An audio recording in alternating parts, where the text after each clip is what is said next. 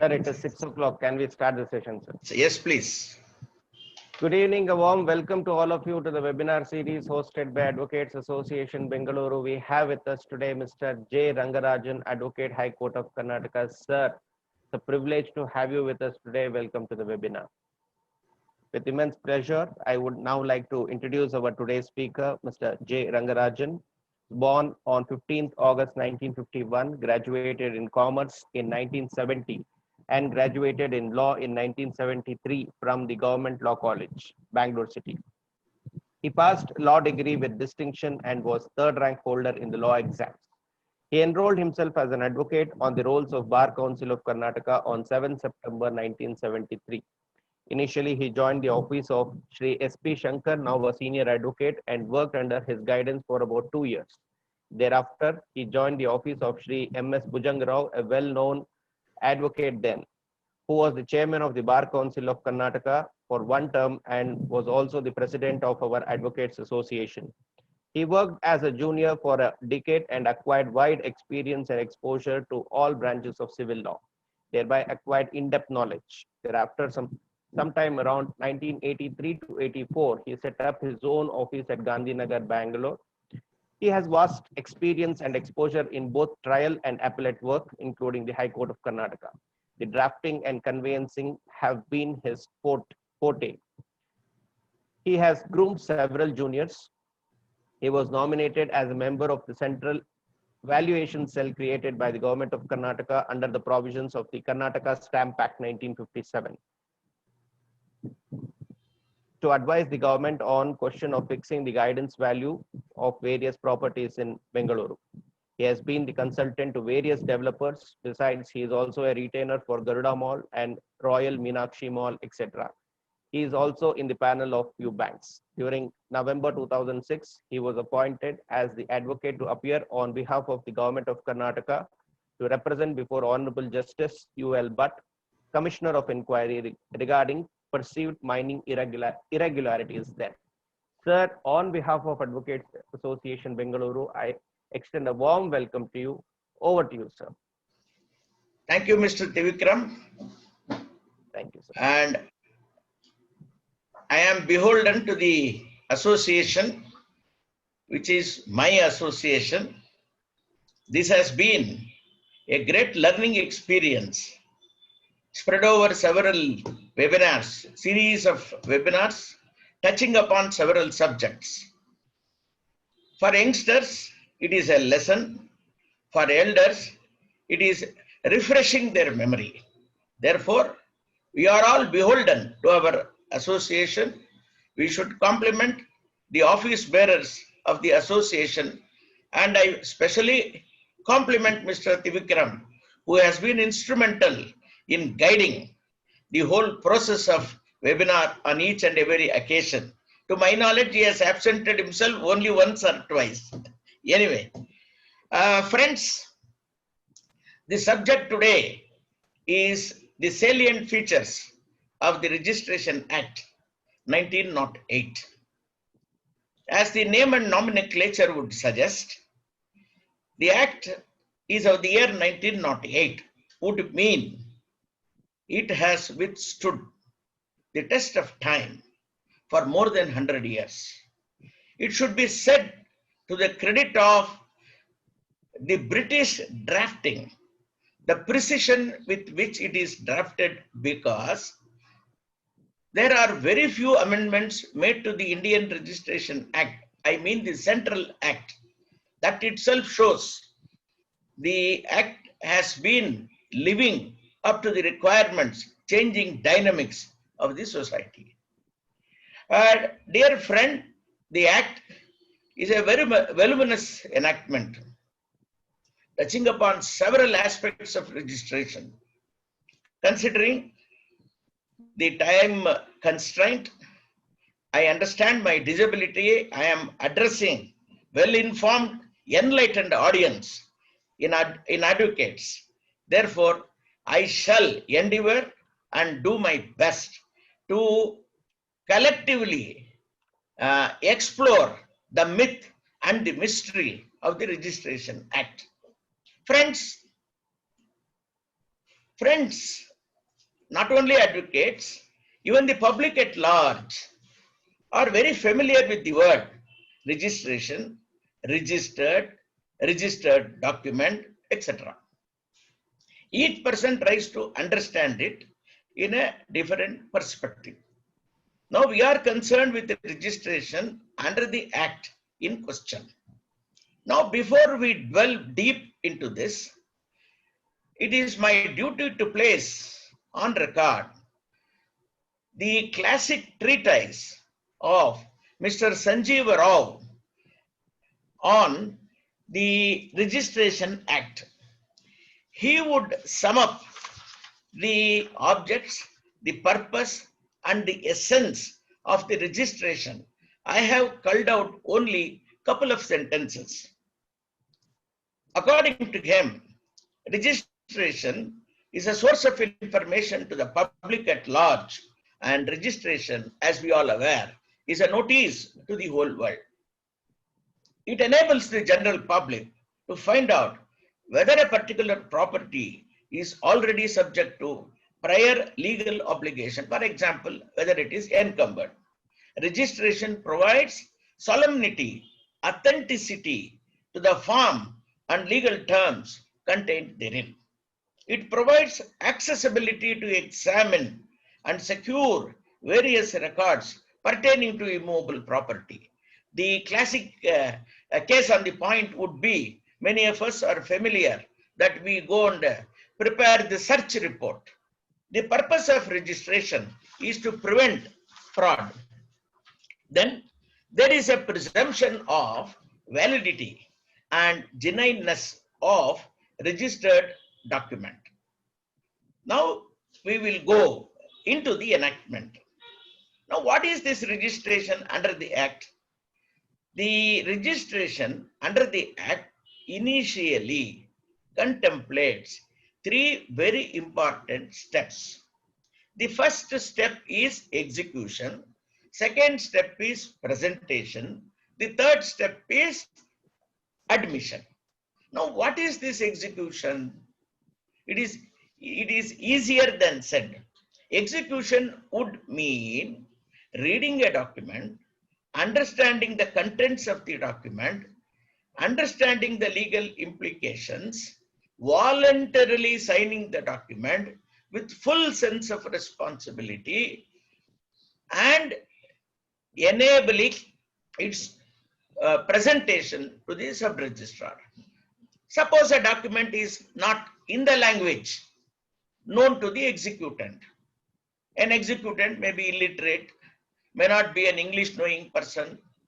So in such an event, he should get it read. In other words, execution would mean full responsibility on the part of the executant that he is fully satisfied.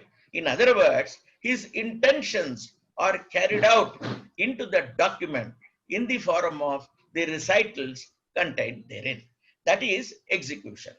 Then admission is the presentation is the next stage. Once a document is executed, we all know with all annexures, it is taken to the sub-registrar. Then the seller or sellers are present, the purchaser or purchasers are present, consenting witnesses, if any, are present, ordinary witnesses, if any, are present. So they go and physically present the document to the sub-registrar with a request, sir, this is the document, we have come for registration of this document. The third step is admission. Like execution, admission is as important as the execution. What is admission? The executant will have to tell the sub-registrar, sir, I have read the document, I have understood the contents of the document, I am capable of understanding the implications of the same, I have received the consideration mentioned in the document, I have voluntarily come forward to present the document to enable its registration. I have brought the purchaser also. I have brought the witnesses also. Therefore, I request you to register the document. Every document to be presented to the sub-registrar, depending upon the nature of the property, will have to be accompanied by various annexures. We will come to it a little later. Then, and every document that are taken to the sub-registrar for registration purposes, of course, it had to be stamped on the requisite stamp paper. Now stamp papers are not there. We buy DDs towards registration fee, towards the stamp duty, and give it along with this LD. Now next stage, most important stage, and perhaps it is of great relevance. What are compulsorily registrable documents? What are the documents in regard to which the registration is optional? This is very, very important because it is the advocate to judge on reading a document as to whether it would fall in the category of compulsorily registrable documents or not. What then are compulsorily registrable document? Now, let me use the expressions of the Registration Act itself. Any document which purports or operates to create, declare, assign, limit, extinguish, release, waive, abandon, relinquish, renounce any right, title, or interest in an immovable property of the value of rupees 100 or more, or compulsorily registrable under Section 17 of the Registration Act. Now, for example, for the benefit of the younger members of the bar, what are the examples? I can give you any number. It will be countless. For example, conveyance, partition, gift, exchange, mortgage, release, settlements, lease of immovable property from year to year. Less than a year, 11 months, it's not compulsorily registrable. Now, another important development is in the last 2 decades, there have been a lot of exploitation of immovable property pursuant to a joint development agreement, and invariably a joint development agreement is also accompanied by a power of attorney. Now, a joint development agreement also creates an interest in an immovable property. Therefore, it also falls under the category of compulsorily registrable documents. Now, non-testamentary instruments. Testamentary instrument means will and other. Non-testamentary. All these examples are non-testamentary instruments. Transferring, assigning any decree or order of a court or an award by the arbitrator, which again creates, declares, assigns, transfers, etc., etc., in relation to an immovable property of the value of rupees 100 or more, are also compulsorily registrable under the Registration Act. Now, there was an amendment in September 2001 to the Registration Act.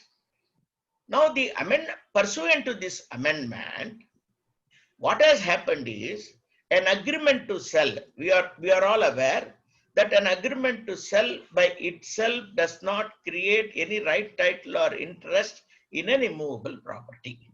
That is the law under the provisions of the Relationship Act. But when an agreement to sell is accompanied by delivery of possession, then what happens?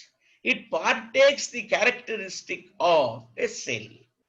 Now, all agreements to sell with possession are also compulsorily registrable document. Coming to Karnataka, forget the other states. In Karnataka, if you present an agreement to sell with possession, it is treated as conveyance, and what stamp duty you would pay on a sale deed, the same is payable. Now, for the provisions of Income Tax Act, the possession, correct, the possession, if possession is delivered under the provisions of the Income Tax Act, sale is concluded. So it would attract capital gain tax, of course, with which we are not directly concerned. The rigor of this compulsory registration is not applicable to certain sundry documents. For example, documents in relation to shares, debentures, etc. A composition deed is one for which the rigor of compulsory registration is not applicable. Here, let me pause for a while. When we became advocates some 50 years ago, we used to draft these composition deeds, especially in insolvency matters. A composition deed is a document among the creditors. Suppose an insolvency petition is filed by A, wherein he says, my net worth, assets, everything, cash in hand, bank, everything is 100 rupees. My liabilities are 200 rupees. So there has to be only a rateable distribution. So the creditors will enter into an arrangement among themselves as to how this 100 rupees has to be shared among them. Of course, now this has outlived its utility, and composition deeds are not the order of the day, and very rarely the law has advanced, and now there is a code, insolvency code, therefore this has become almost obsolete. Similarly, adoption deeds. There are two ways of adoption. One adoption happens under a document. It is called deed of adoption. An adoption can also happen under a will. Now, if it happens through a will is not compulsorily registrable. But an adoption deed per se is compulsorily registrable document. Now, it is very relevant for advocates at this stage to understand what court decrees are compulsorily registrable. Because we are after amendment to the CPC, Order 23, Rule 3 has been amended, and I read only the last portion.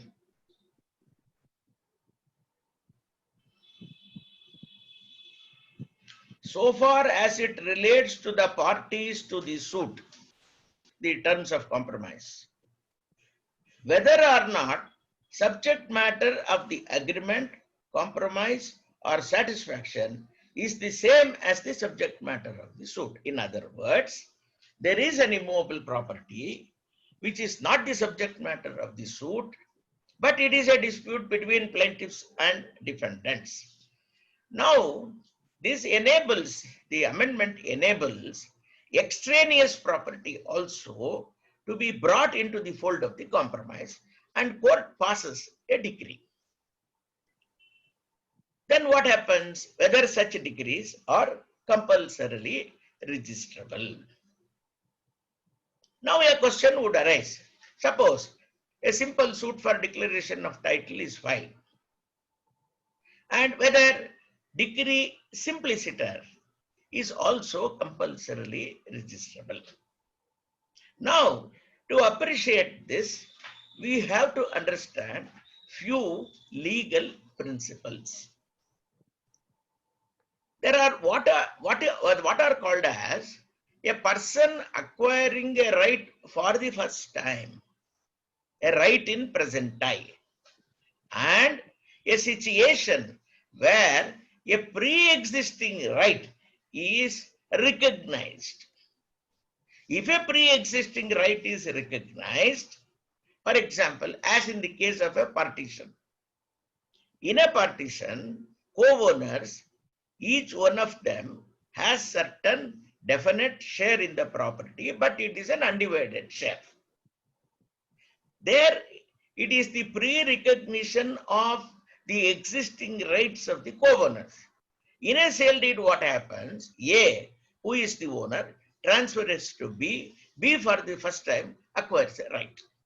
In other words, whether under a sale deed or pursuant to a decree, if ownership is acquired for the first time, such decrees are compulsorily registrable decrees. Now, the object of this amendment is to enable or to avoid multiplicity of proceedings. Now, I will briefly refer to two authorities. One is AIR 1995 SCW 3927, or the equivalent is ILR 1996 Karnataka, page 333, Bhoop Singh versus Ram Singh Major. They have followed the earlier decision, that is AIR 2006 SC 3297. Now, in both the cases, the principle enunciated or the law laid down is very, very simple. If a decree creates a right in an immovable property of the value of rupees 100 or more for the first time, such decrees are compulsorily registrable. Then a question would definitely arise. I file a suit for declaration of title. A files a suit against B, and suit is decreed. Then whether such decrees, because it pertains to an immovable property of value of rupees 100 or more, is it compulsorily registrable? It is not. Then what is the reason why it is not to be registered? Because a plaintiff would have said, I am the owner. I have the documents to establish my ownership. A defendant has no right. So when the court agrees with him, it is in recognition of his pre-existing ownership.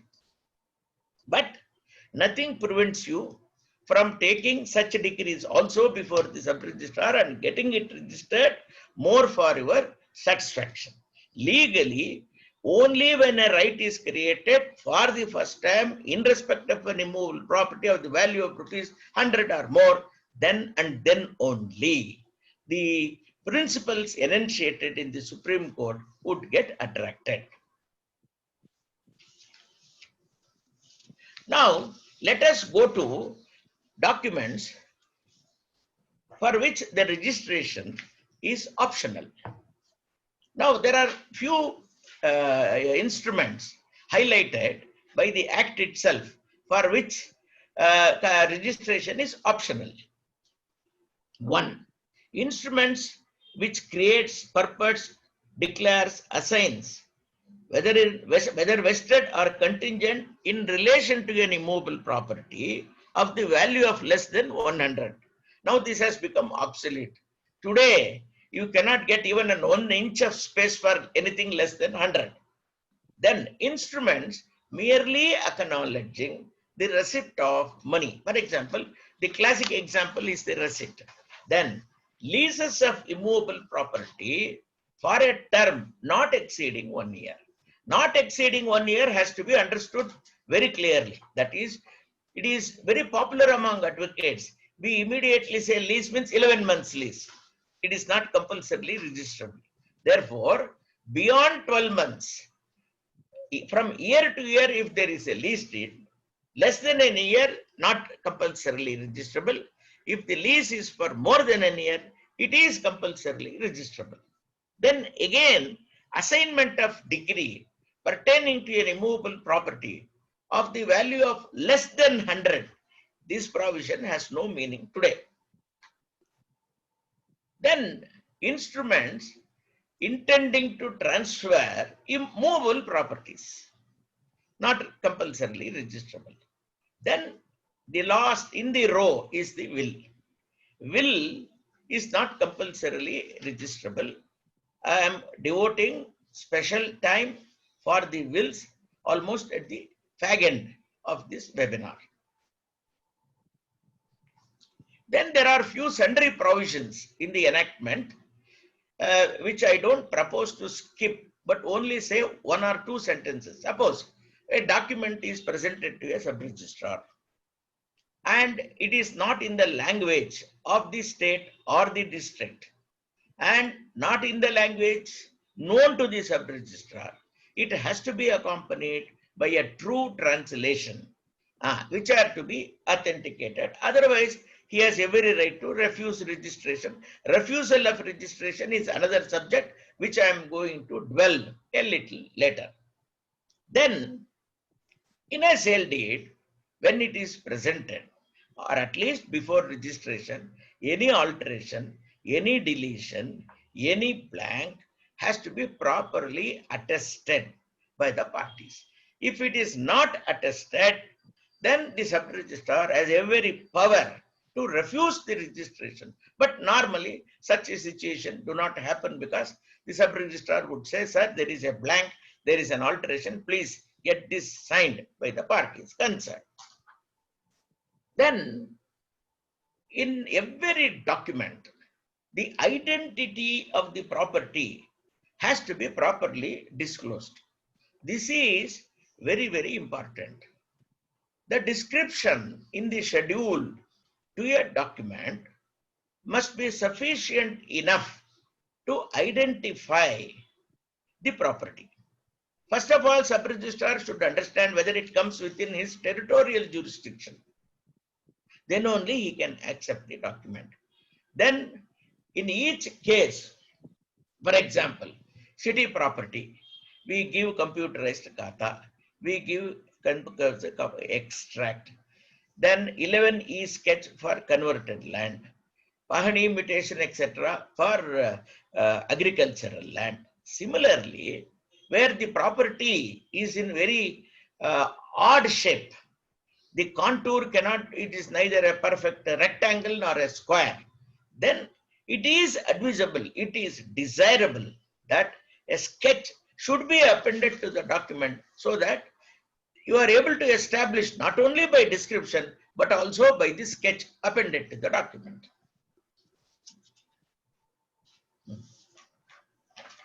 Now, the state of Karnataka had added section 22A by way of an amendment to the Registration Act. This is academic, but it is of great relevance. Now, under section 22A, perhaps for the last 2 decades, the Department of Stamps and Registration have been issuing circulars after circulars, saying this is opposed to public policy. You cannot register such a document.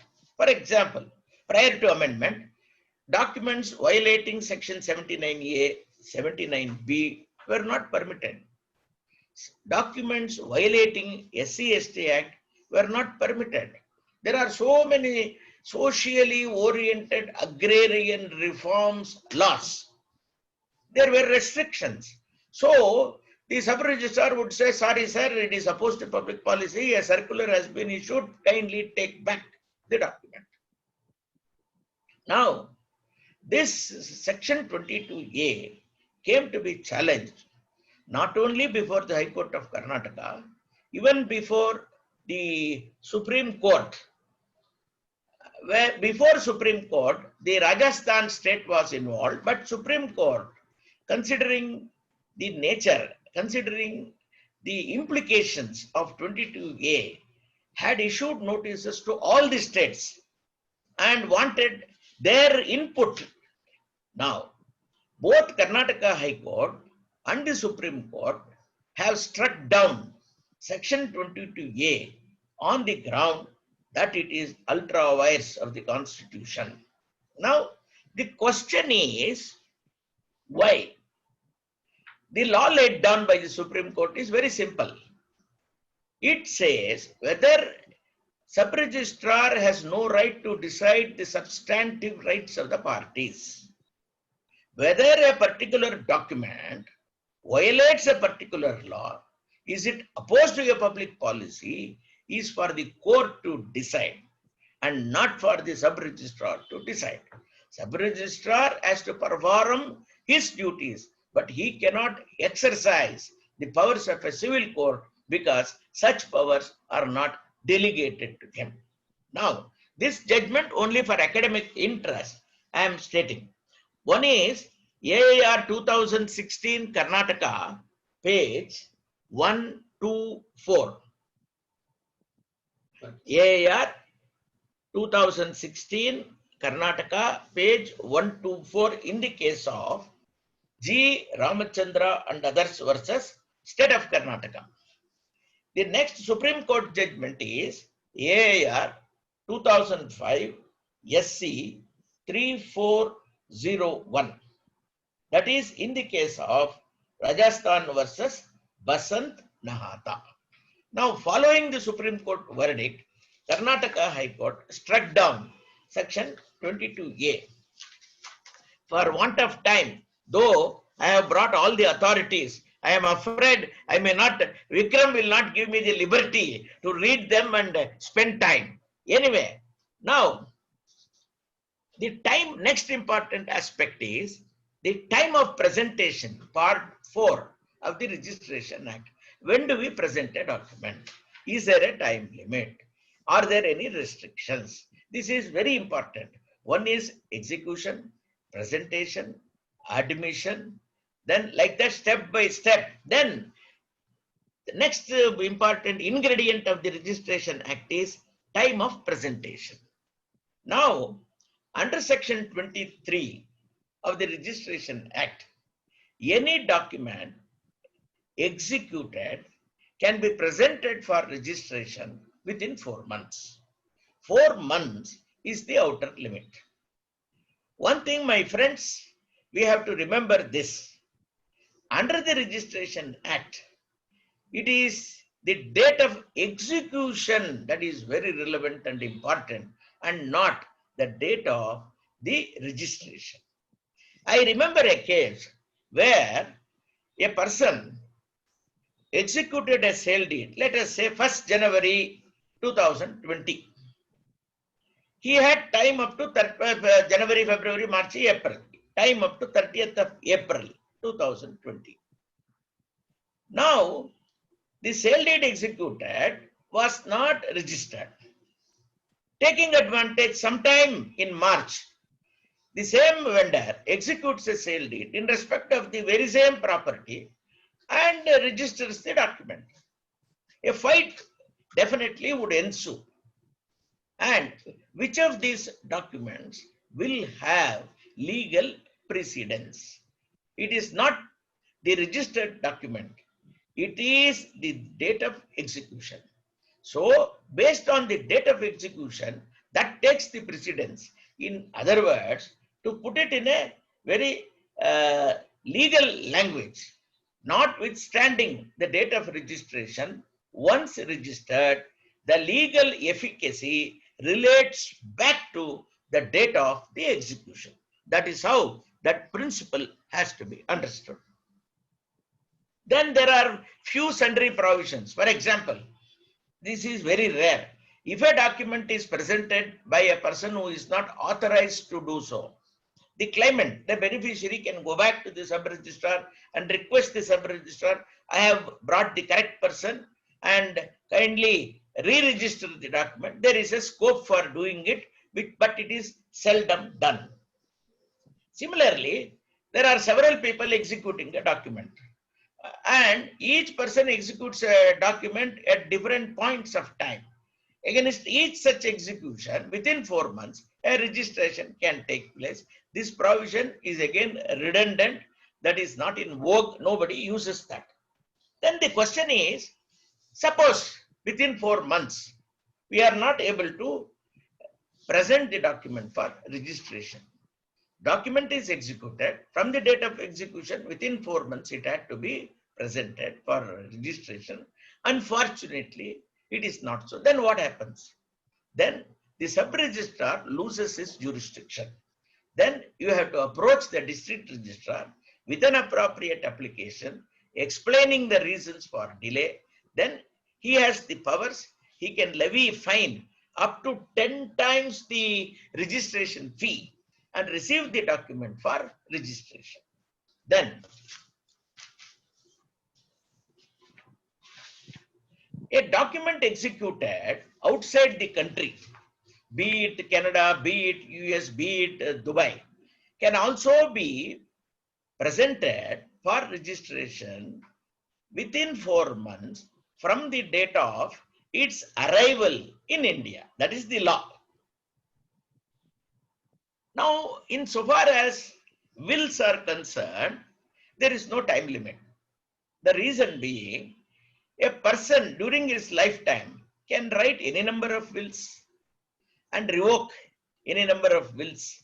Ultimately, the law is, it is the last will and testament that would prevail, subject to the evidence and other things. Therefore, for registration of a will, for deposit of a will, and all activities pertaining to the will, there is this rigor of time factor within 4 months is not generally applicable. Then we go to place of registration.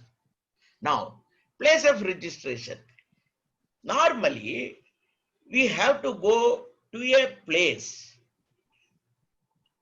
where where depending upon the location of the property, we have to choose the sub-registrar. Property is in Jayanagar, we have to go to Jayanagar sub-registrar and request him for registration.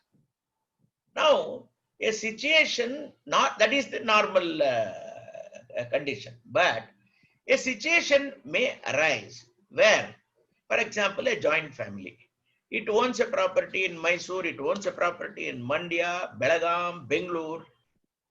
Now, the sub-registrars in all these places will have jurisdiction. So it could be presented in any of those places.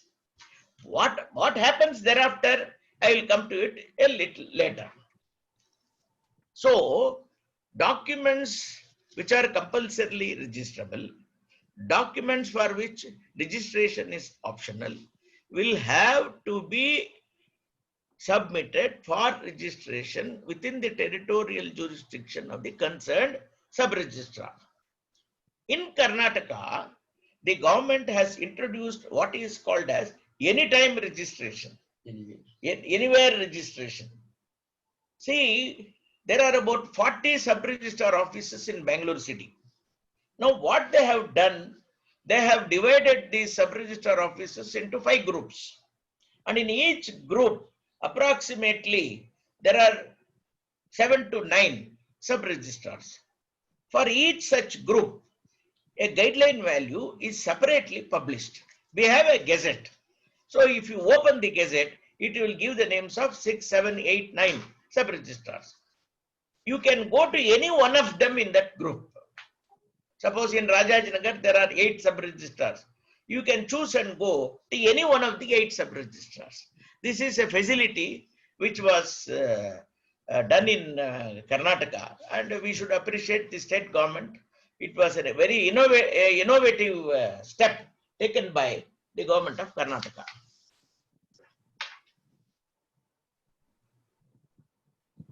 Now, the district registrar heads each of such groups. Now, the district registrar exercises quasi-judicial power.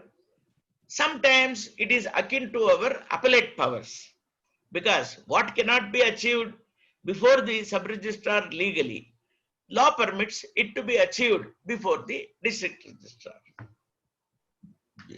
And district registrar independently also performs certain functions such as deposit of wills. We will come to deposit of wills at the end because it is a long drawn subject. Now, another very, very important factor in the process of registration is called as private attendance. Many of the advocates who are not into the registration process may not be suddenly conversant with what is private attendance. Private attendance means a person, because of age, infirmity, incapacity, can make an application to the sub-registrar, accompanied by medical certificate, accompanied by the required proof. Look, I am not able to travel to sub-registrar. I request you to come and register it in my house, and I will pay the necessary fee, etc., etc. Law provides, particularly affidavits, powers of attorney, many such things. Because of his inability and medical condition, he can always seek the private attendance and get the document through. Now, next is, who are the persons competent to present a document? That is very material, and that is another very important aspect of the registration. Normally, it is the executant, or of course, by practice, it does not happen. In Madras, for example, it is only the purchaser. Some time ago, maybe some 5-10 years ago, the seller would never come to sub-registrar office. Only purchaser would go, because he is the claimant who has paid the money. Vendor has signed. That was a time when it had not been computerized. So in Karnataka, the executant or the claimant, or if it is a court decree, the person who is the decree holder or a legal representative or a power of attorney can present the document for registration. Now, for purposes of presentation, the power of attorney should have been executed and authenticated by a sub-registrar. I will come to it a little later. A power of attorney itself is another separate subject. Now, the entire process of registration is digitalized. Now, digitalized means photographs are being taken, thumb impressions are getting affixed, required endorsements are being fed and typed by the computer, scanning of the documents, and once the process is complete, the registration process is over.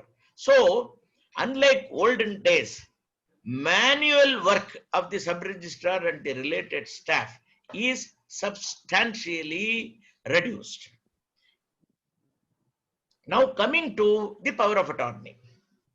Now, if a power of attorney is executed, for example, we are in Bangalore, executed in Chennai or Delhi or Mumbai or Calcutta, law says that it has to be authenticated by a sub-registrar.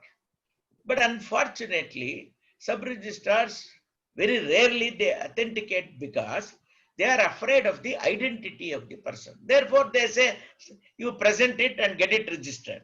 That is one way of avoiding the authentication by the. Now, if the power of attorney is executed outside the country, what happens? Invariably, we prepare a draft and send it by mail abroad. There, printout is taken on a plain paper. The person concerned will sign. He takes it to a notary. Notary there, of course, he puts a very beautiful seal signature, and he says, my notary power expires on such and such a day. Then it is sent back. In other words, a document executed but not stamped is sent to India. Therefore, to use that document, we need stamping. How do we do it? That has to be taken to the district registrar with a covering letter by the relative, maybe by the father or mother, by saying, my son has sent a power of attorney, my son has sent a affidavit or declaration, etc. And even that, it has to be presented within a time limit, I think 3 months. Now, in overseas, not necessarily it is notary. It could be Indian embassy, it could be Indian consulate, whatever. And once it comes here, then it has to be presented within 3 months to the district registrar. District registrar will stamp it. and make an endorsement. Now, where do we get this?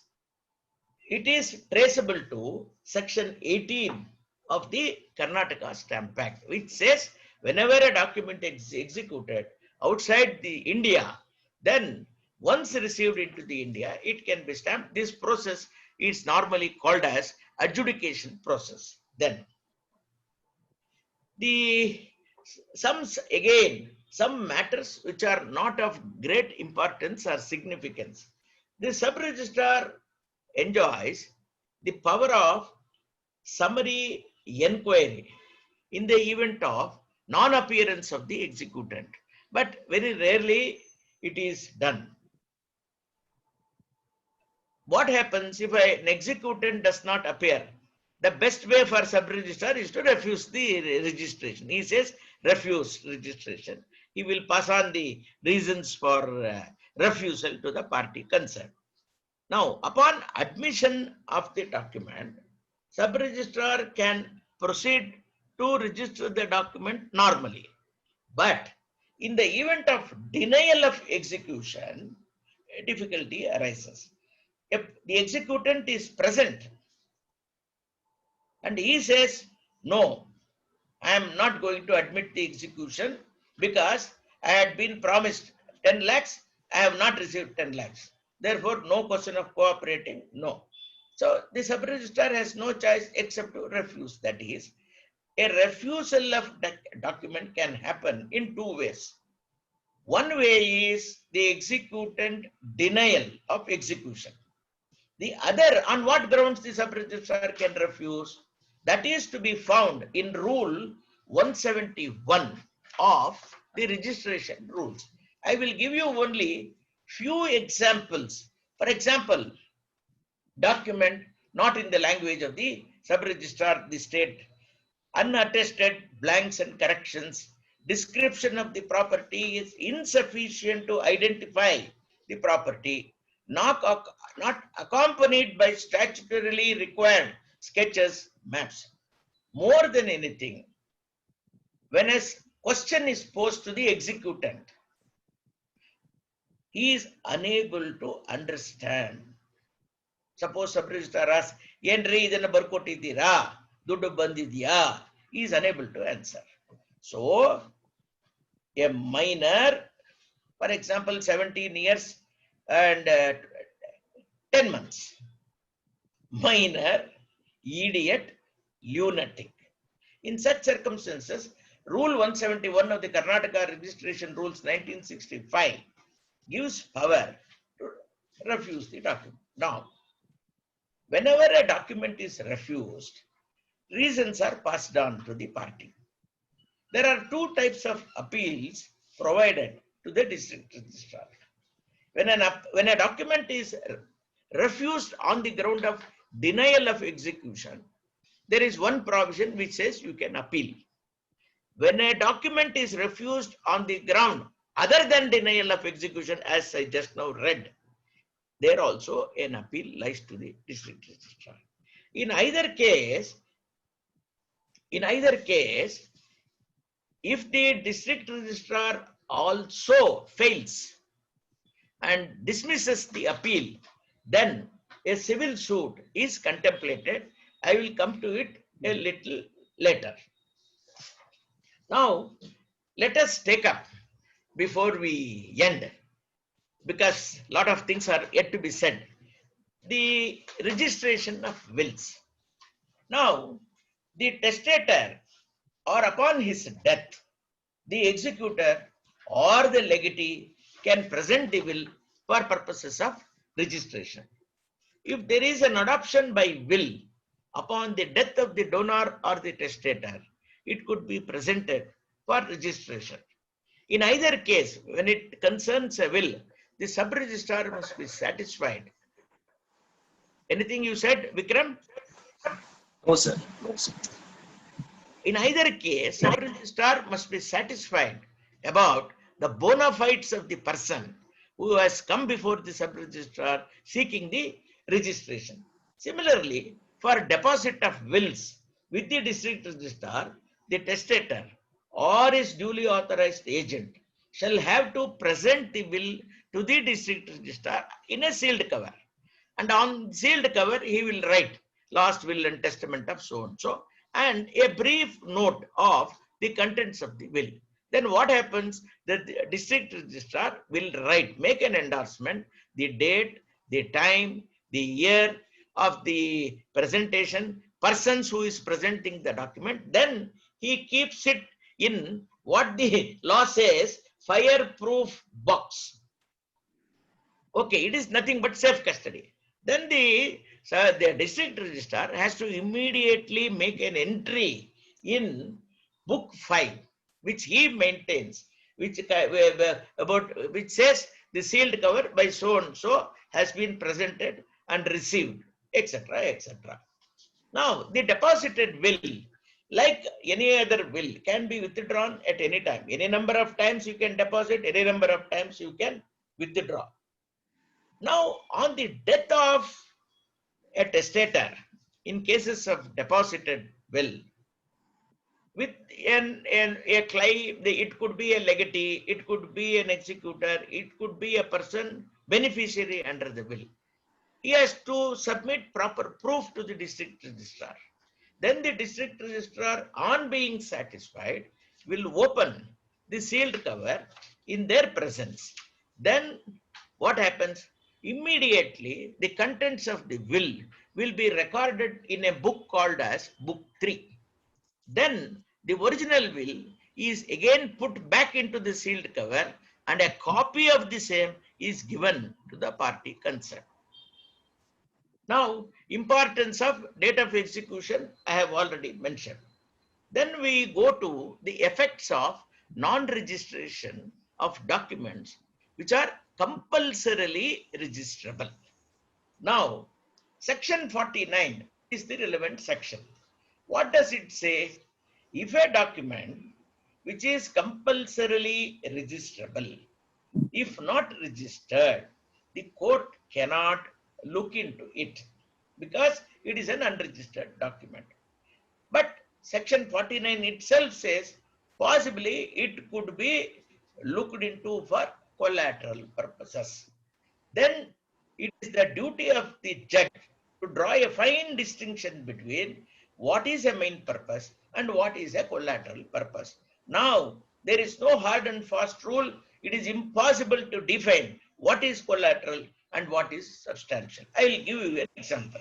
For example, a tenant files a suit for injunction against the landlord, telling the court, look, here is a landlord who is disturbing me, I am protected, therefore, then he produces a lease, and it is an unregistered lease for a period of 3 years. Then what is that he is trying to achieve? He is trying to achieve a main purpose, because without the will, the case cannot stand. In another, take another example, a parallel example. In a suit filed by a landlord, the tenant is a defendant, where he sets up a defense. My possession is protected because I am a tenant. Is there a relationship of landlord and tenant? The court can say, yes, he is a tenant. To that extent, it becomes a collateral purpose. Therefore, depending upon the facts and circumstances of each case, the court has to be very careful to analyze whether it is sought to be misused and abused by taking recourse to section 49 of the Registration Act. I have already mentioned that the in cases of unregistered and registered document are placed before the court in respect same subject matter, then the one registered will take the precedence. No importance can be given to the unregistered document. Then we go to certain clerical but very material portion of the act. Normally we go to sub-registrar office.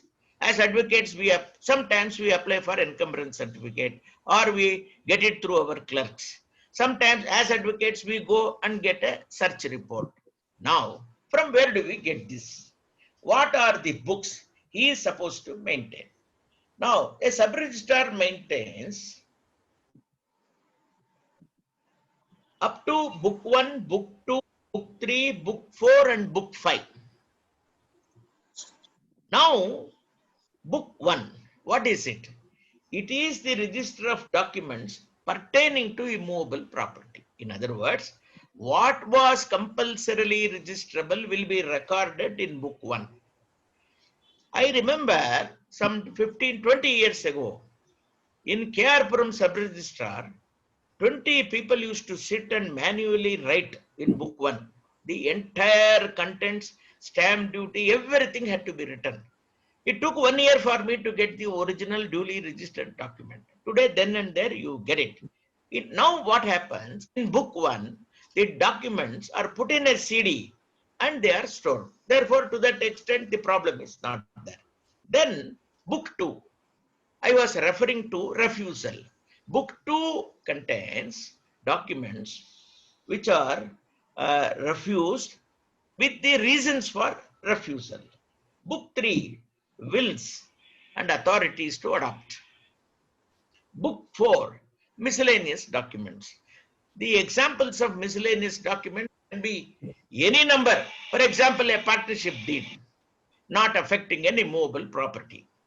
It has to go in a partnership. A declaration by a owner stating that, or declaration by two neighbors saying there was a dispute. Now we have settled the demarcation of boundaries and description. So they can go and give a joint declaration. Such are not transferring a right in an immovable property. Comes in book 4, that is miscellaneous documents. Book 5 is maintained by the district registrar, as I said, pertaining to deposit of will. Then, parallelly with book 1 to 4, sub-registrar also maintains index 1, index 2, index 3, index 4. These are again another set of books. Now, what does index 1 contain? It contains the names and additions of executants, claimants, which are referable to book 1. In other words, when we go to a sub-registrar office, ask him for encumbrance certificate, he has to search index 1 and index 2 because index 2 contain the description of the property. So the name, address, description are to be traced in index 1 and 2. Automatically it gives a reference to book 1, the document. Then a certified copy is normally given. Now index 3, names and additions of persons executing the will. Then index 4 contain names and additions of persons pertaining to the miscellaneous document. All of us are aware, subject to payment of certain prescribed fee, we have a right to inspect these records in a sub-registrar office, and based on that only we prepare a search report, we get encumbrance certificates, etc.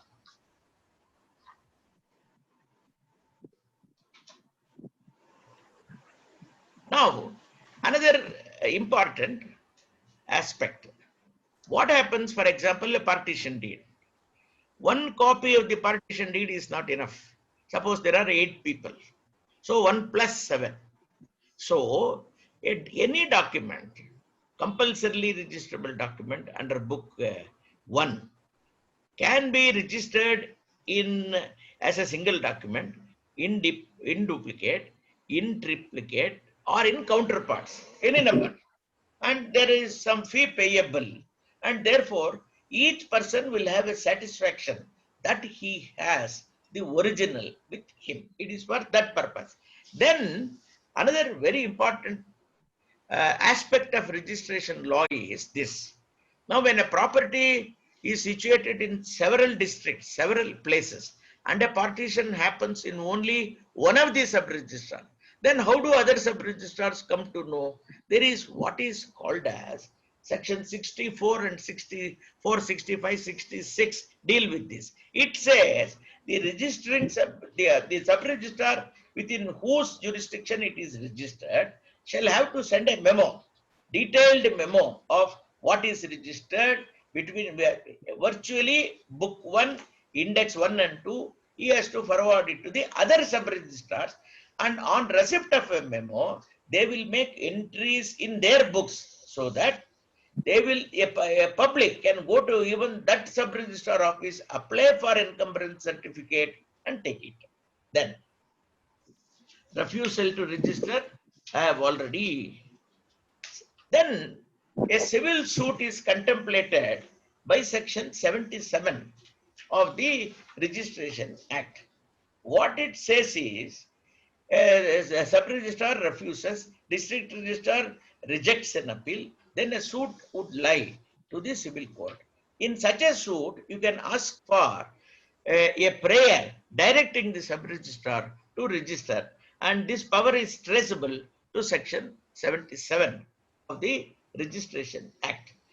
The only thing is, such suit will have to be filed. There is a small limitation here. Within 30 days from the date of refusal, rejection of the appeal by the district registrar. Now, section 88 deals with exemptions. For example, government servants, bank officers, etc. They need not personally appear, cooperative banks. They give a covering letter saying, we are exempted under section 88. The claimant will present the document. Therefore, such exemption is traceable to section 88.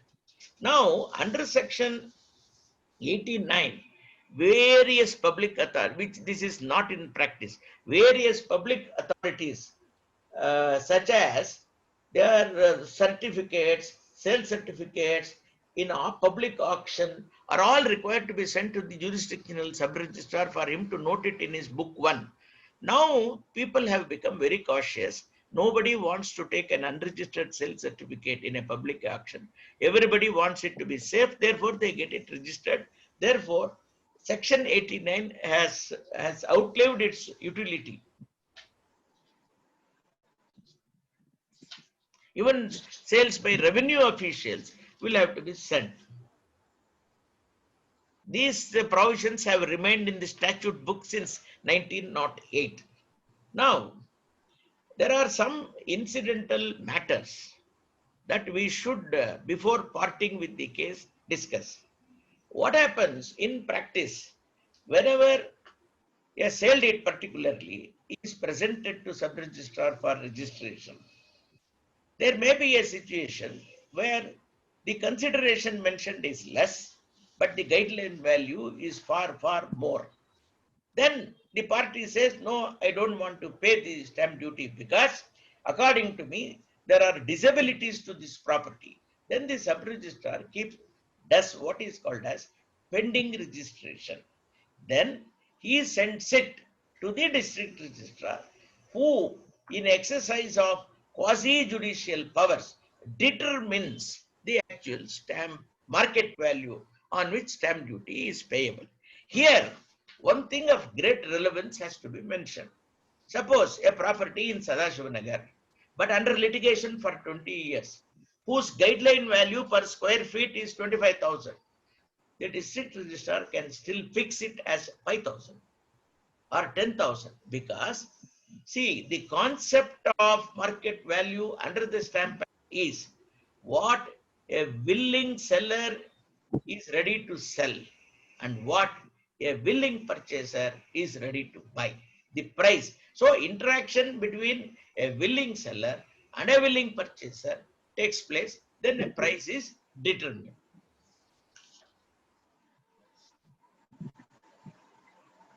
Now, there are some other small matters also. For example, the Karnataka has made few amendments to the registration rules. Now, particularly, we find document writers around sub-registrar officers like us. They also write documents. Now, there is an embargo. They have to first obtain license under the act. Then only they can write. Now they say licensed document holder. So I have tried to. Now, against the determination by a district registrar under 45A, that is not properly valued, there is an appeal provided to the regional commissioner, and an aggrieved party can always challenge it by filing a writ under Article 227. Dear friends, thank you for having heard me. I have tried my level best to maximize the information that I can share with you. I only wish I had little more time so that I could have gone little more deeper. Anyway, to the best of my ability, I have conveyed what is possible within the limited time. Thank you, Mr. Trivikram, and thank you, my dear friends. Thank you so much, sir, for a very informative session. Now, can we move on to the Q&A session? Sir? Please, please, I am waiting for it.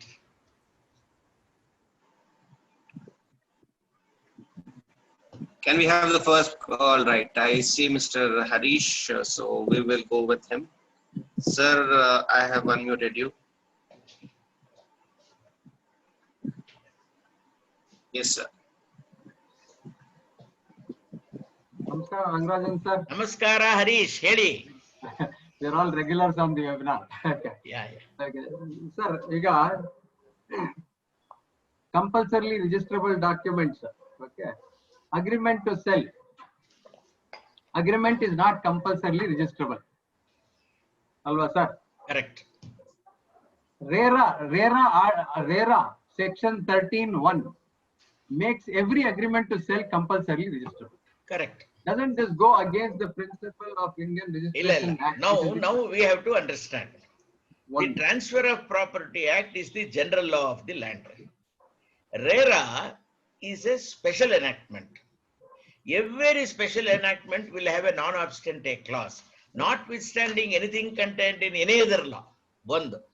Secondly, what I would like to tell you is, under the provisions of the Transfer of Property Act, if I am not mistaken, section 54 of the Transfer of Property Act, a mere agreement to sell simpliciter does not transfer any interest in an immovable property except a right to sue for specific performance. Now RERA, because RERA has come into being, because the developers had exploited the innocent consumers for decades. Therefore, they say all agreements are to be compulsorily registered, bank account, escrow account has to be opened, money has to be deposited there, the RERA authority will regulate the construction, etc., etc. Therefore, in my view, there is no conflict as such. We have to harmoniously blend and read the provision. The practical difficulty, I will tell you that. Please. Construction, see, all builders do construction agreement separate, agreement to sell the undivided share in land separate. Okay, they will not register the construction agreement. They will only register the undivided share in land agreement to sell only. ಇವಾಗ ಪರಿಸ್ಥಿತಿ ಸ್ವಲ್ಪ ಬದಲಾಗಿದೆ. ಒಂದು ಕಾಲದಲ್ಲಿ ನಾವ್ ಏನ್ ಮಾಡ್ತಾ ಇದ್ವಿ, ಬರೀ ಅನ್ರಿಜಿಸ್ಟರ್ಡ್ ಇನ್ ಲ್ಯಾಂಡ್ ಅನ್ನ ರಿಜಿಸ್ಟರ್ ಮಾಡ್ಬಿಡ್ತಾ ಇದ್ವಿ. ಅಂಡರ್ ಎ ಕನ್ಸ್ಟ್ರಕ್ಷನ್ ಅಗ್ರಿಮೆಂಟ್ ನಾನು ದುಡ್ಡು ಕೊಟ್ಟಂಗೆ ಅವನ್ ನಮ್ಗೆ ಕಟ್ ಕೊಟ್ಟಂಗೆ ಮಾಡ್ಬಿಡ್ತಾ ಇದ್ವಿ. ಇವಾಗ that is just not possible, because the guideline value also prescribes the guideline market value for each and every flat by name. ಇವಾಗ ಉದಾಹರಣೆಗೆ ಯಾವುದೋ ಒಂದು particular Nitesh estate project, Nitesh estate ಗೆ ಅಂತ ಗೈಡ್ಲೈನ್ ವ್ಯಾಲ್ಯೂ ಇದೆ, ಅದು ಫ್ಲಾಟ್ ಗೆ, ಕನ್ಸ್ಟ್ರಕ್ಷನ್ ಇಲ್ಲ. Therefore, that question now does not survive. So it is the whole flat for which you have to pay the stamp duty. Correct, but there is a cap on stamp duty of 20,000. ಇತ್ತೀಚೆಗೆ 3% ಅಂತ ಏನೋ ಮಾಡಿದ್ದಾರೆ. 20,000 is the cap. Upper limit is 20,000. Correct, subject to a maximum of 20,000. One. Correct. Because that is to help the consumers. Agreed. Right. In practical problem is, ನಾಳೆ agreement ಮಧ್ಯದಲ್ಲಿ they cancel the transaction. Then one of the either the purchaser or the builder is not cooperating. To cancel the registered document, you again need to go back to sub-registrar office. This is the practical difficulty which they will probably face. And a lot of builders are not even registering even today. ಅಲ್ಲಲ್ಲ, ಅದಕ್ಕೆ ನೋಡಿ, the problem is this RERA is a movement. ಜನಗಳು should become very conscientious. And I have, for example, I am myself a victim I have paid money for a flat in Padmanabh Nagar area, almost 8 years, no progress at all. Some of my co-purchasers told me they have gone to RERA. RERA has told them, lodge a online complaint. You will get 50 lakhs compensation, something like that. Now, if the consumers are vigilant, all doors are not shut. Sir, last week only Golden Gate Properties, one property on Gublala has come for auction with an order by the RERA for non-delivery of the apartment, and 70 lakhs award madida. Last week ಆಗಿರೋದು. Therefore, somewhere there is a light at the end of the tunnel. Thank you, Harish. Thank you, sir. We have Mr. Anand L who has a question. Please. Yes, I have unmuted you. Yes, sir. Please go Sir, ahead, please. good evening, sir. Good evening. Good evening. Sir, with regard to this witness, particularly anything this Registration Act says about the witness, suppose, and also the can advocate sign as a witness? Second question. And third, I have one more question is that whether this witness, the advocate who signs as executed this document and signed as executed, written this document, can sign as a witness. These are all some small clarification. No. First of all, executant is the person who executes a document and he is conveying his right, title and interest. He cannot become a judge in his own cause. He cannot become a witness for his own document. A witness is an impartial third party, preferably not related to either of the parties. That is number one. Number two, a legal practitioner he should never become a witness. That is not his job. We are only required to draw a document. You are only a scribe at best. You are not entitled to become a witness. Then unnecessarily complications would arise. Now, what is the third question? Witnesses. Now this, as far as Stamp Act is concerned, we have to see the Transfer of Property Act. There are documents which are required to be compulsorily attested. A sale deed is also required to be attested. So therefore, it is because who will identify the sub-registrar will be registering 100 documents every day. Can he identify a particular person by name or his background? Not possible. Therefore, a witness is required. Normally, those days, the sub-registrar would say, vendor Rangarajan identified by so and so, so and so. So therefore, all your questions, I am sure, is answered. Thank you, sir. This thing, the executant, in the sense the document is written and written by, will sign as the document is drafted and written by. In that case, that is advocate. That is scribe. Yeah, in that case, that person can sign as a witness as well. No, or see, doesn't. no. You see, the very character is conflicting with each other. A person who is a witness can be summoned for proving a document. A person who is a scribe to the document can be called to the court to explain who instructed you to draft, where was the instruction given, how many times you have drafted, have you taken the consent of the person on whose behalf you have drafted, like will.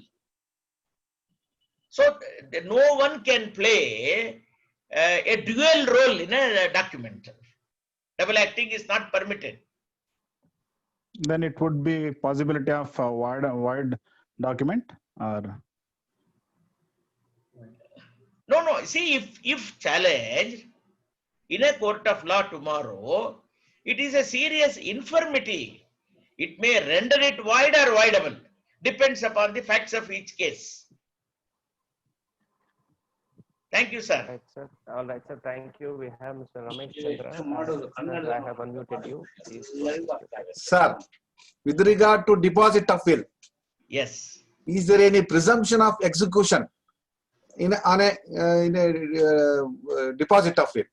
Because the original is not given to the party. Certified, we can't prove as a will through a certified copy. No, 1 minute. 1 minute. Yes. Whenever you deposit a will, you take it to a district registrar. Yes. It is in a sealed cover. Yes. Even the district registrar should not have access to the contents of the will. You are requesting the district registrar, keep it in safe custody. But the cover will have the contents, the name of the executant, the attesting witnesses, their names and address, a brief note of the contents of the will, and it will also record the time, the place, the hour, etc. Now, presumption of genuineness of a will is entirely a different subject. Suppose whether registered or unregistered, whether in safe custody or outside safe custody, if a will is challenged and you want to prove the will, you become the propounder of the will. Independent of registration, independent of safe deposit, it is for you to establish that the testator was in a sound disposing state of mind and it was a genuine will, it was his last will. There is no presumption. Presumptive will. No, there is no presumption at all with regard to will. There is no presumption. If challenged, if not challenged, no problem. Thank you, sir. Thank you. It's my pleasure. Very good presentation. Thank you. Thank you. With the authoritative voice. I am only sorry I was little in a hurry to finish. Otherwise, my friend Vikram would not spare me. Yes, Vikram, next. Thank you, sir. We have your close pal, Mr. Satyanarayan Gupta. Yes, I know. Perhaps it would be a feedback rather than a question. He is more experienced than me. Yes, sir. Please go ahead. Yes, sir. Satyanarayan Gupta. Yes, Rangarajan, very nice presentation. Of course, if I pat your back, I'm as though I'm patting my back. Okay. Now, T08. At that time, 100 rupees. What is the value today, sir, for the 100 rupees? Is not the right time for the legislators to do something with regard to the 100 rupees valuation? 100 rupees valuation in today's context has become totally meaningless. It is unfortunate sometimes, whether I can say so or not, in temple you cannot afford to give this money even to a beggar. 100 rupees has no value. Even the income tax has recognized it for purposes of calculation of capital gain tax. Earlier, 1/4/1980 was the base year. Now it is 1/4/2001 because the money has lost its intrinsic value.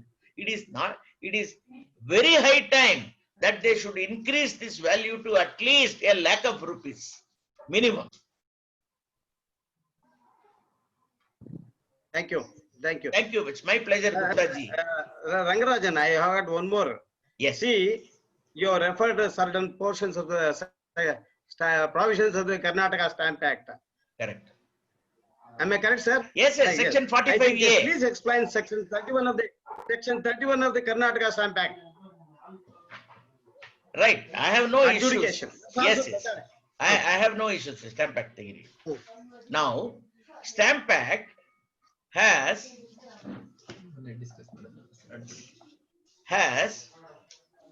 several steps. For example, an advocate or a normal person prepares a document. On going through the document, he is unable to decide what is the stamp duty payable on that document. How to characterize that document? Sometimes it looks like a mortgage. Sometimes it looks like a sale deed. Sometimes it looks like a settlement deed. Then, when such confusion is there in the mind, to play it very safe, one can take the document to the district registrar, present it to him, ask for his opinion. He will adjudicate and say, this is the document. Call it as a sale deed or whatever. According to me, it is conveyance. Therefore, this much stamp duty is definitely payable. Like that, then there is, to come to this conclusion, the district registrar can even seek documentary evidence to come to a certain conclusion.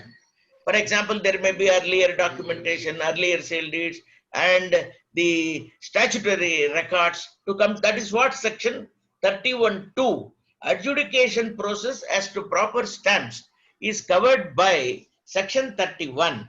When the document depicts several characteristics, so it is not possible for anyone to immediately decide and say, no, this is only a sale deed. In such situations, the district registrar, on going through the document, on being satisfied, naturally he will opt for highest value documentation, and he will say himself collect the stamp duty, direct the sub registrar to register the document. Thank you. Thank you. It was outside the subject. For the benefit of the advocates. Thank you, sir. It is my pleasure. I'm happy I was prepared for it. Thank you, sir. Before we take up ICA secretary, sir, definitely I'll give you opportunity, sir. Before that, I would like to take a few offline questions. We have about 8 questions, but we will be taking 1 or 2 questions from here. No problem. One question by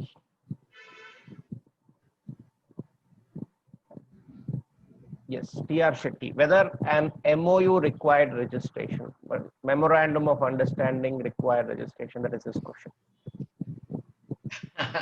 Sir, it is a very blank question. It depends upon the contents, the nature and character of an MOU. A MOU, in fact, maybe some 2 decades ago, MOU is not in existence. Only recently we are employing, because MOU is normally considered to be something short of a regular agreement. Maybe because some lack of some compliance, lack of some, like for example, an agricultural and not converted land, and developers, so many people employ MOU. MOU is nothing but a contract. But whether it is compulsorily registrable, not registrable, would depend upon the contents of that MOU. If it, for example, transfers a right in an immovable property of the value of 100 rupees and more, it becomes definitely a compulsorily registrable document. For that matter, even a sale agreement, as I said, coupled with possession, is a compulsorily registrable document. Yes, sir. Next. Mr. Chandrasekhar slightly is deviated, but nevertheless, I would like to read it. No problem, sir. By mistake, if we pay more stamp duty than payable, which subsequently discovered, can it be asked for refund?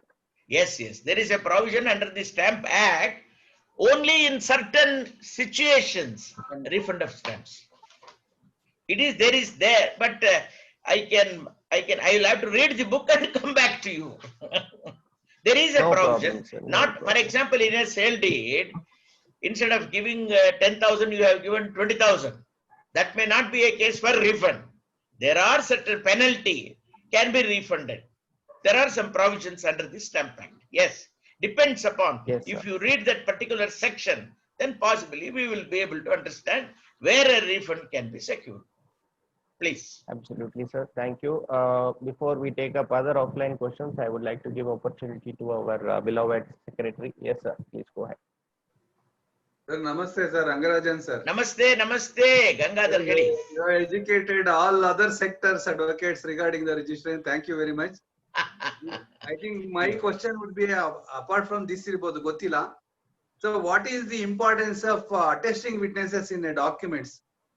Ivaga, it depends on the nature of a document.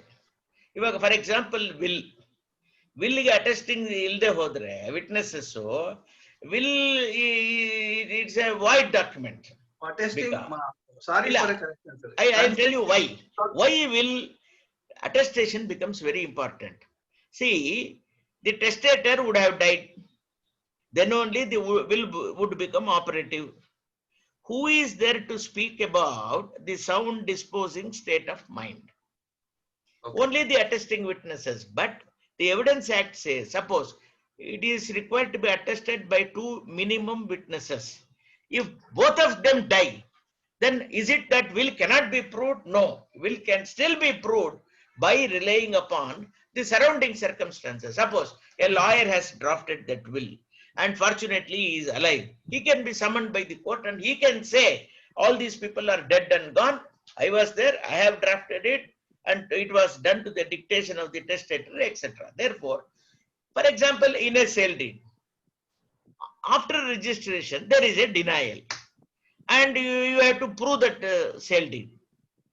Merely because a sale deed is registered, normally registration carries the presumption of genuineness of will.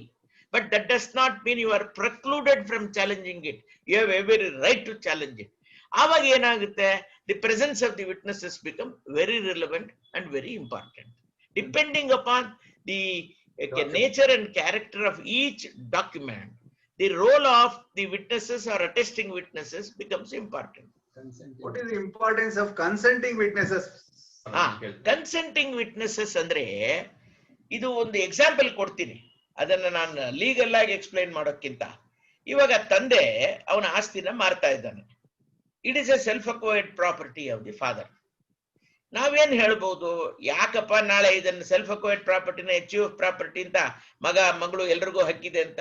ಅದಕ್ಕೆ ಮಗಳು ಮಗ ನೀವೆಲ್ಲ ಬಂದು ಒಪ್ಪಿಗೆ ಸಾಕ್ಷಿಯಾಗಿ ಹಾಕಿ, ಅವರು ಒಪ್ಪಿಗೆ ಸಾಕ್ಷಿಯಾಗಿ ಇನ್ವೇರಿಯಬಲಿ ಕನ್ಸೆಂಟಿಂಗ್ ವಿಟ್ನೆಸ್ ಇದ್ದಾಗ the document will have a clear specific recital.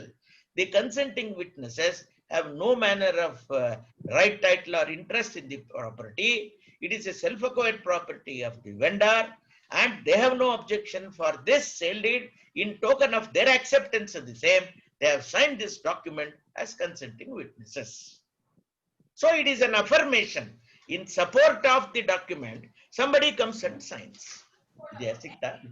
Please. Thank you, sir. Allah, are you happy? Yes, very much, sir. Thank you. Thank you. Sir, now we'll take up one offline question. A registered release deed does not contain the schedule of the property, but the recital contains the details in the deed, and the parties accept and admit the details of the property that is conveyed. Effect in law. The best course in such a situation is to get a rectification done. Whatever a recital may contain, suppose I apply for an encumbrance certificate. He searches book 1, index 1, index 2. Now, it is the schedule that are to be found there. If a document, it is just like a human being having no face. You cannot say, I have written it in the preamble portion of the document. The schedule is as important as any other part of the document. And for a release, you are saying, for example, release between A and B. A is saying, I am releasing, relinquishing, waiving, abandoning my right. Over what property? Schedule property. Therefore, schedule is a must, without which there will be a lot of trouble. The best way is to rectify. It is so simple. Rectify, and it does not cost much also. Thing is, parties will have to come. A power of attorney can also be taken, and a rectification it can be made. Yes, Vikram. Next question.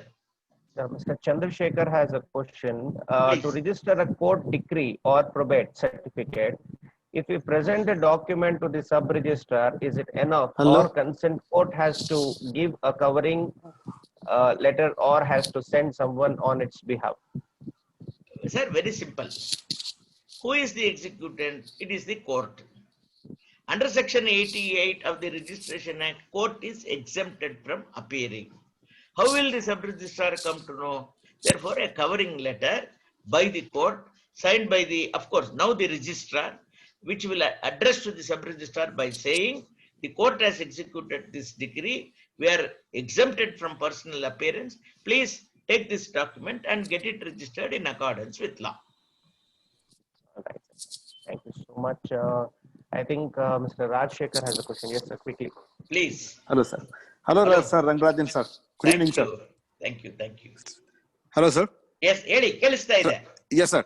I have one question, sir. If inadvertently excess stamp duty is paid, like court fee, if inadvertently court fee is paid, its refund could be sought. Provision is there.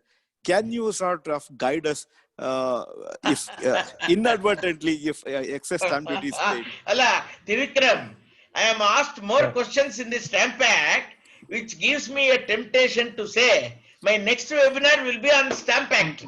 Absolutely, sir. Sir, thank you for that question. Yes, sir. Section 44 of the Stamp Act, Karnataka Stamp Act, 1957. It deals with the situations where a revenue authority can refund only penalty and in few cases excess duty paid. What I would personally request you is kindly go through these provisions. Please, sir. There is answer here. Remember section 44. Please, sir. I'll definitely do that. Right, right. Thank you, sir. Thank you. Thank My you. pleasure. Right, sir, we will have last question by Mr. Ravi Hegde. He's been raising his hand since quite some time. Yes, Mr. Hegde, I have unmuted you. Yes, sir. Go ahead.